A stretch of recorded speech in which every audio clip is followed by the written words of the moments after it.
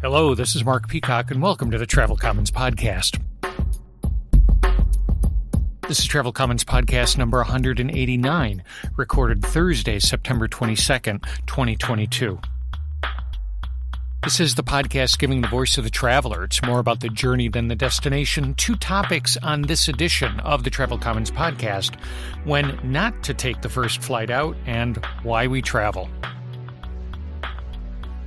Coming to you today from the Travel Commons studios in the Gulch neighborhood of Nashville, Tennessee. Not a whole lot of travel since the last episode. Was back in Chicago after almost 2 months away. And I don't know, as a tourist this time, staying in a hotel just off of the Michigan Avenue Mag Mile Strip, a neighborhood we'd actively avoided when we lived in Chicago. Too crowded, too many tourists. But now that we are tourists, maybe it fits a little better.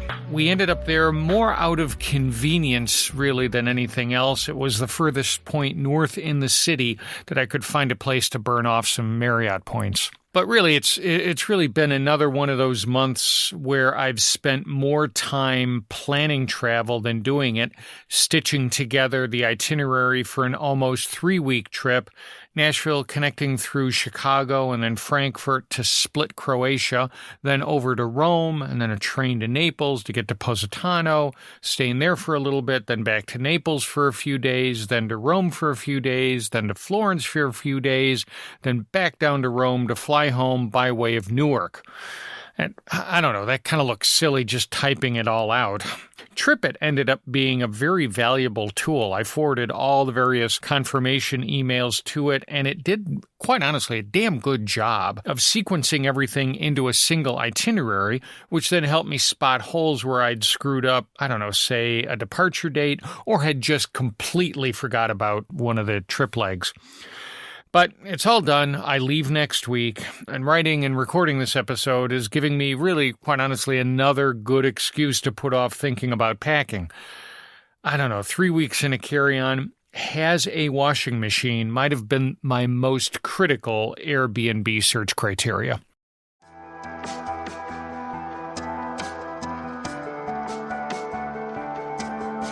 So following up, you've got mail. Yep, we got mail. And comments. First, let's start with 2 comments from the Travel Commons Facebook page. First up, Jim McDonough, who tagged the post from 2 episodes ago, episode 187, with his experience moving to a non-hub airport. Jim writes, "We moved from a hub, DFW, 7 parallel runways plus 1 other, to a non-hub, San Diego, 1 runway.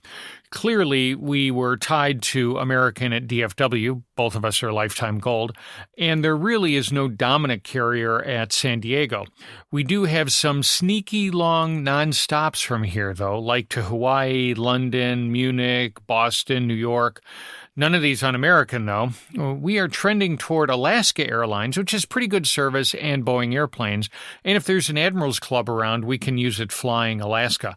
I was among the people who switched to cashback credit cards during the pandemic when no flying was happening, but I'm rethinking that position with an eye to using miles to go places."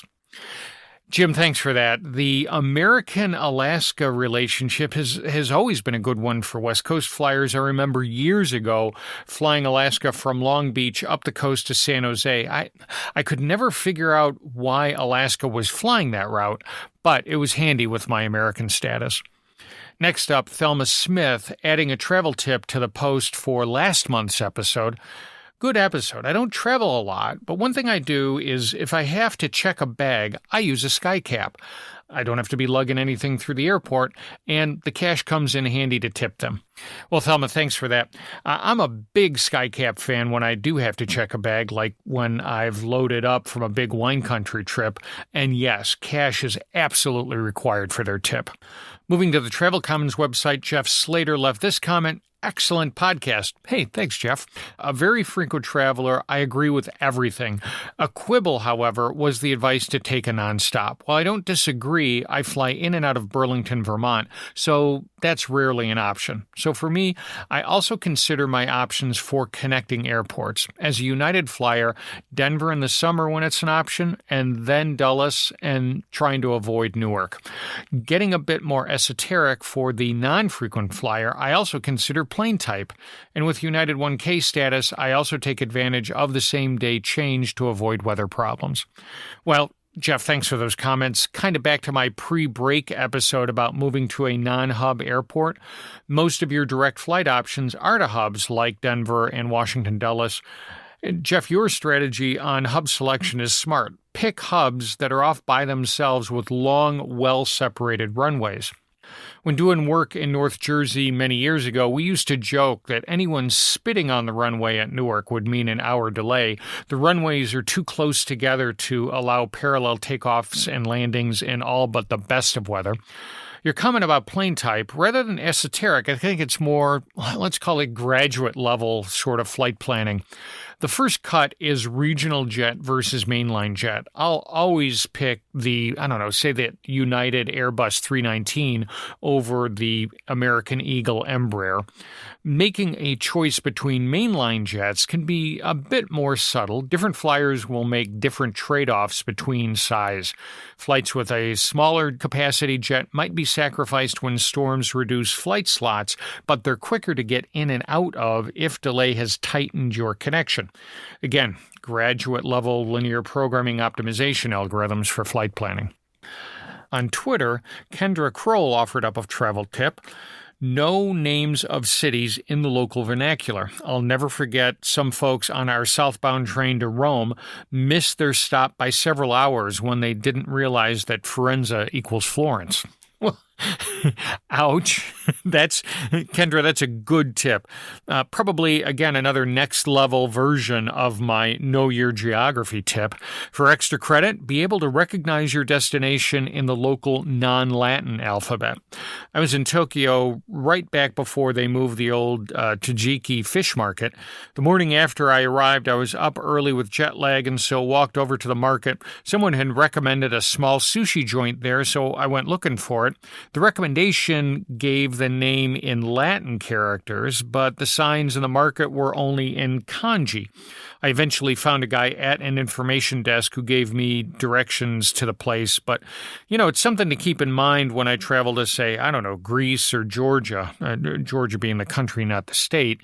The language is not in Latin characters. And finally, Aaron Woodland responded to my retweet of an O'Hare TSA post with a picture of what one passenger pulled out of their carry-on and put in the bin to pass through the x-ray machine. A meat cleaver, a couple of knives, and a couple of saws. So somebody who's definitely unclear on the concept of no sharp objects in your carry-on. Aaron's cut. What I really don't get are people who don't keep their range bag and carry-on luggage separate and end up unintentionally packing heat at the checkpoint. Look, if you can afford plane fare, gun, and ammo, you can spring for separate bags. I don't know, Aaron, range bag, toolbox. I can just imagine the TSA guy shaking his head as the image of a bin full of knives and saws comes across the monitor. I mean, the guy is aware enough to know that you need to pull metal stuff out of your bag, but not hip to the fact of why. And now you're the TSA guy who's got to explain it to him. Hey, thanks to everybody for these comments. Really great stuff here.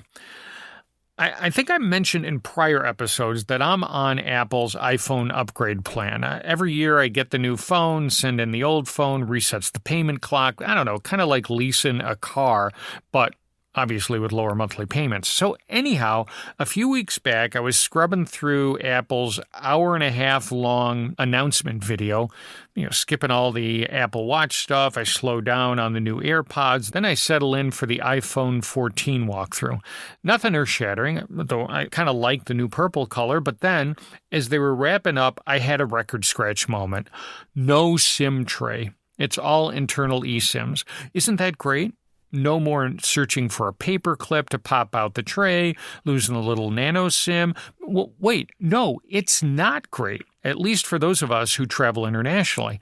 I've talked many times over the years about using local SIMs. Most recently, in episode 181, I talked about how at the start of our Puglia bike trip, I ended up spending 15 minutes and only $25 in a Telecom Italia store for a SIM that gave me a local phone number, which is very handy for restaurant reservations, and 70 gig of data for $25. And now, next week, all I have to do is load some more money onto that same SIM through the Telecom Italia website, and I'm good to go when I connect through Frankfurt and when I land in Croatia and then when I spend time in Italy. But what about an eSIM? I couldn't find any mainline Italian mobile carriers that offered prepaid eSIMs. Same with the UK. And when I bitch tweeted about this, AlloSIM, a company that sells international eSIMs or, eSIMs for many countries, quickly responded, well, our Italy eSIM data packages start at $4.50 for a week of data. I hit their website. This $4.50 per week gives 1 gigabyte of data. For an extra 50 cents, I can get 10 times that, 10 gig of data for $5 a week, reloading that Telecom Italia SIM. So I tweeted that back, and as you might guess, no response from AlloSIM's social media team. So when it's all said and done, I've dropped off the iPhone upgrade wheel. I know I'm an edge case, and I think that this will probably accelerate the push toward eSIMs, but like when Apple dropped the headphone jack, I think they're 12 to 18 months ahead of the curve, at least in this case for frequent international flyers. And I need something that works today, where the curve is right now. So I'll wait a bit. Like Travel Commons listener Jerry Sephardi, who tweeted back, said he's waiting for the iPhone 15 with a USB-C charger. Me too, Jerry, and I got to tell you, I really hope it still comes in purple too. And hey, if you've got any travel stories, questions, comments, tips, rants, the voice of the traveler, send them along. Comments, COMMENTS at travelcommons.com. You can send a Twitter message to M. Peacock, post your thoughts on the Travel Commons Facebook page or the Instagram account at Travel Commons, or you can post comments at the website at travelcommons.com.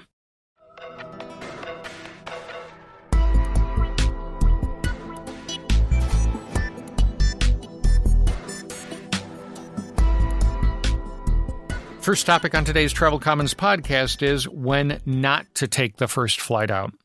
So moving on to the mail portion of this episode, that's mail, M-A-I-L. A day after I published the last episode, I saw an email in the Travel Commons inbox with the subject, "Is the first flight of the day still the best one?" No. Air travel scientist for interviews. I have to tell you, this one caught my eye because the 5th of the 13 tips I just published to avoid airport chaos that I had just published was catch the earliest flight you can. So I replied to the email, tell me why I'm wrong, which led to this conversation with Dr. Sheldon Jacobson, professor of computer science at the University of Illinois. Over the years, Dr. Jacobson has done projects using operations research models to optimize aviation security, but most recently, he wrote about how the received frequent flyer wisdom about catching the first flight out might not always be right. So I started my discussion asking him, where did I get it wrong? When you're flying in and out of hub airports, conventional wisdom is in fact correct. You do want to take the first flight of the day because at a hub airport, there's a lot more flexibility once a plane arrives at the end of the day. It's going to be cleaned, it's going to be maintained, it's going to be fresh for the new day. If it turns out that some of the crew members become unavailable, you have alternatives because so many people have bases. So this is in Chicago and Dallas for American. For United, you also have Washington, Dulles, as well as Chicago. For Delta, of course, it's Atlanta, Minneapolis, Detroit. So that's a great strategy. But what if you're not in a hub airport? And that's when things start to get more nuanced. And the best way to think of this is that every airplane, as well as every crew, when they fly from city to city, they are a link in a chain. At the end of the day, you'd think, okay, the chain ends. Actually doesn't. It doesn't, because the first flight of the day is the connection and the link from the last flight of the previous day. And all of this comes out and starts to impact that decision of the first flight of the day. Because if that flight comes in late, remember the last flight of the day, that's going to be the first flight out of a regional airport. So as a result of that, you actually want to take the second flight of the day out of a regional airport or a small or large airport. That's the best strategy when it comes to these secondary and tertiary airports. Actually, what you've said, I've seen that happen in smaller regional airports, say Lexington, Kentucky, Appleton, Wisconsin, where that first flight of the day is not on the ground. So it's got to come in from a hub. Is there a split where, say, larger non-hub airports, the conventional wisdom still holds? Say where I am now in Nashville or something like in Indianapolis. Where do those fall as far as the conventional wisdom on catching the first flight out? Yes, certainly when you come to the Nashvilles, the Indianapolis, the Columbus, Ohio's, the Pittsburgh, Pennsylvania's, some of these have been dehubbed over the years. You're getting into a point that you have a lot of choices available. So then it becomes a little more nuanced, because you could book the first flight on, let's say, American, and that one may have difficulties because that plane came in overnight and it was delayed because of storms in Chicago. But on the other hand, if there are options on Delta, which are coming from Atlanta, where there were not storms, you can always then get switched over for it. So when you get into those middle airports, they're not full hubs, but they're not the small regionals that have 2 flights a day. Then it becomes a little more nuanced. And then you start to look across airlines as opposed to just within the airline. Now, if we pivot just slightly and think about different types of airlines. So if I think about hub-centric airlines like the traditional United, American, Delta, versus, say, a Southwest, which I've joked in the past feels like they're running a milk runs across the country. So there's not necessarily a hub, it's just that plane is running a line. Is there a difference between those two types of airlines on that first flight out? There is, for a variety of reasons. With Southwest, they're trying to pack as many segments or links per day for every airplane. That's how they stay profitable. Their turn times are tremendous, but it also makes them more vulnerable to any kind of mechanical or weather delays or air traffic control slowdowns, because they don't have the slack built into their system in their links. As a result of that, when you get to the end of the day, they still have to abide, though, by the FAA regulations in terms of crew rest.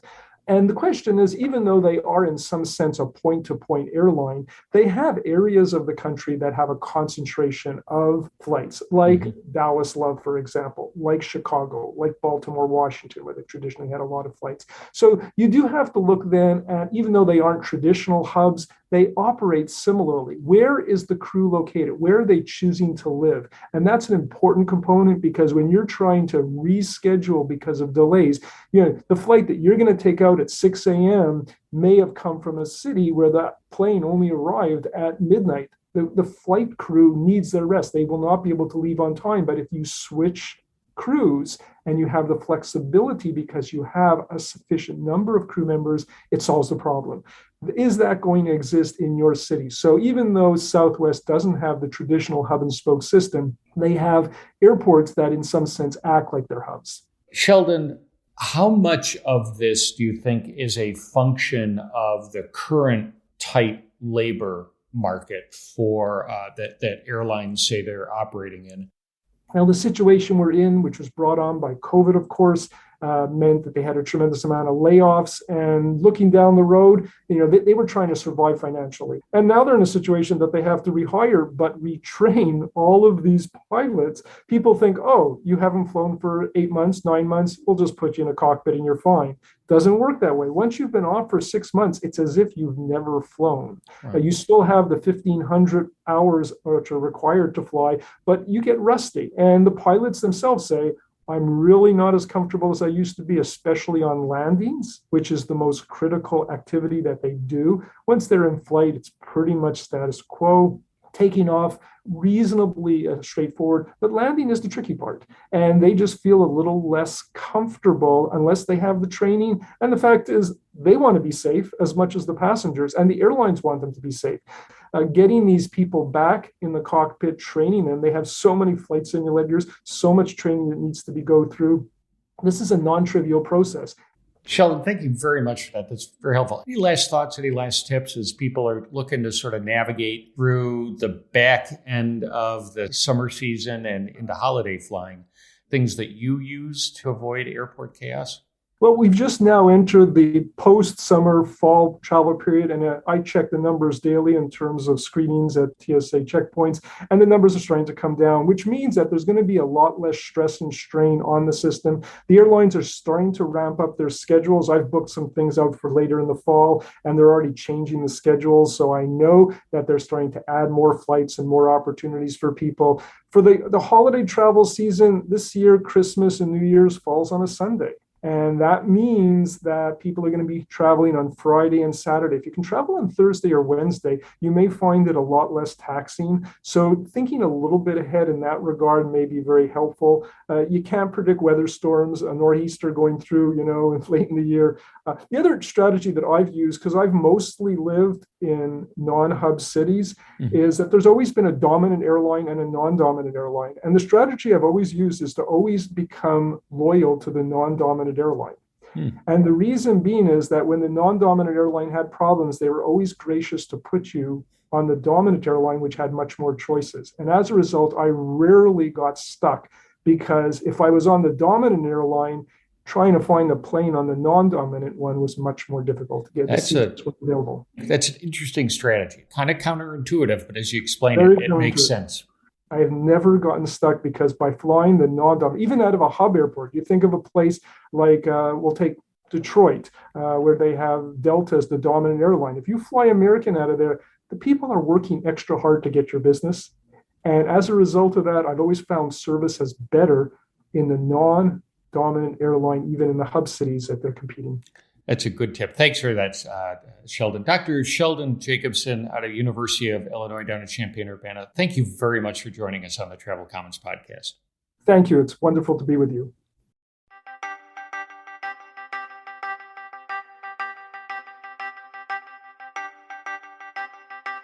The second topic on today's Travel Commons podcast is why we travel. Some years ago, on a milestone birthday, and I'm not saying which one it is, my kids gave me the book, 1,000 Places to See Before You Die, which kind of led me to that question, is there a message here somewhere? Not that they would admit, but it was a fun book to flip through, to remind me of past trips, give me ideas of places to go next. So when the Travel Commons inbox also offered up an opportunity to interview the author, Patricia Schultz, about her new book, I jumped at it. Patricia, thanks for joining us on the Travel Commons podcast. Your new book is Why We Travel, 100 Reasons to See the World. That topic, why we travel, has been a common one here on Travel Commons. How travel expands our horizons, our perspectives, helps us connect with others and with ourselves as we lose ourselves in the otherness of a new place. So, Patricia, help us. What's your take on why we travel? Well, I used this period of the pandemic to have that conversation with myself. This moment of COVID, allowed me this unprecedented moment where suddenly I was very stationary. I thought it was very important for me as a travel writer to reassess all over again the importance of travel. But the why needs to be kept very forefront so that we have that appreciation and we understand that we're privileged and it's an honor and it's something that you need to, travel meaningfully and not just on automatic pilot. And I think first and foremost, it's food for my soul. And as you said, it opens our perspectives and it opens our heads, it opens our hearts. You mentioned connecting with other people. That's part of the, opening your heart with that exchange with your Uber driver or your guide or the, lady in the open air market that's selling her tomatoes and, whoever you have that moment with. It's all the people along the way that you meet.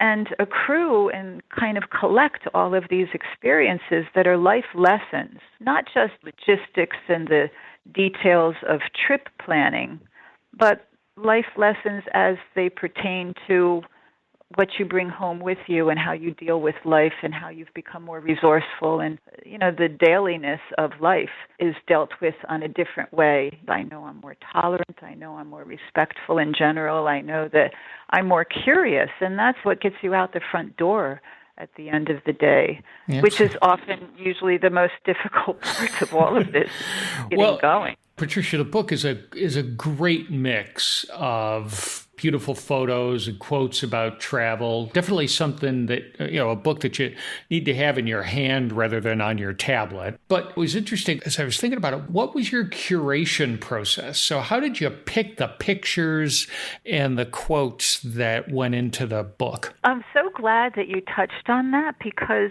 I myself thought that a book that's seemingly this simplistic would just kind of write itself.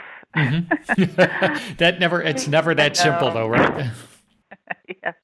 One of the quotes I used is by Beverly Sills, the great operatic singer, who said there are no shortcuts to any place worth going to or anything worth doing, I might add as a postscript. And, writing books is one of them.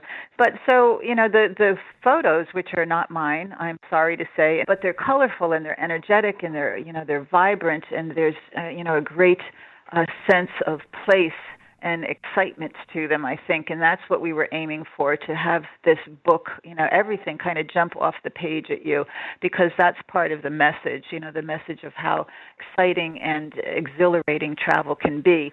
And then to match it with the appropriate message, the message that is embodied in a quotation or in an aphorism or in a list that I make up, or in an anecdote that matches what the photograph recounts. So it all was a real departure for me, because my books until now have just been a kind of encyclopedia of 1,000 places around the world. But that same broad, comprehensive mix of experience and geography and message and importance of travel that I try to infuse throughout 1,000 places is the same mix that I tried to embed in every aphorism and in every photo and in the sequence of the book. It's not a big book. It's a hard-covered book.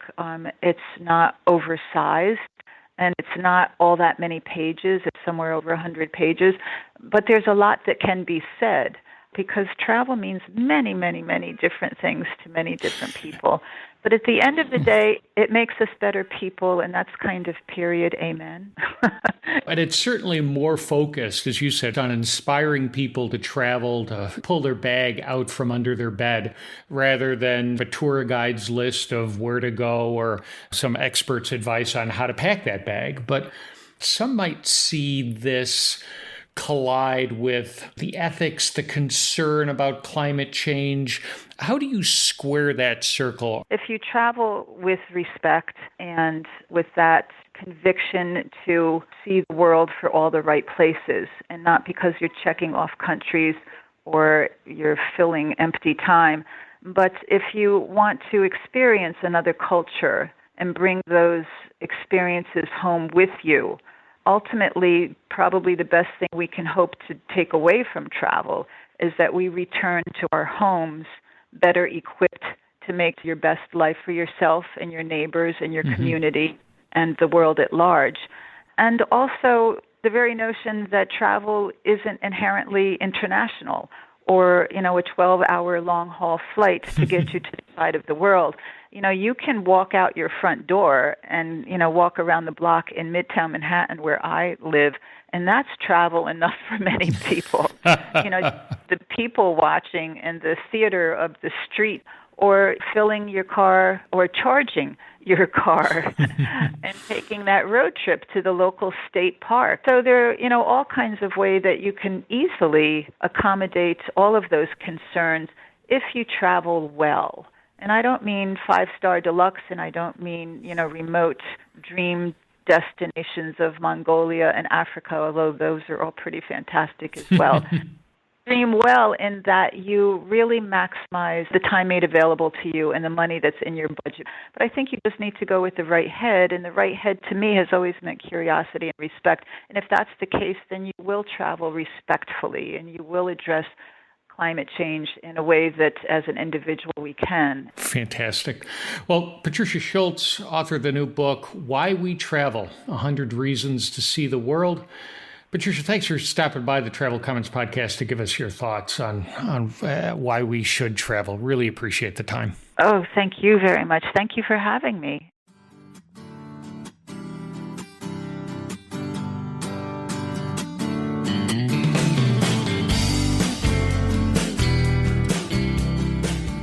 Okay, that's it. That's the end of Travel Commons podcast number 189. A little bit of a change of pace with the mailbag interview, a lot less of my voice and a lot more of others. I hope you enjoyed it, and I hope you decide to stay subscribed.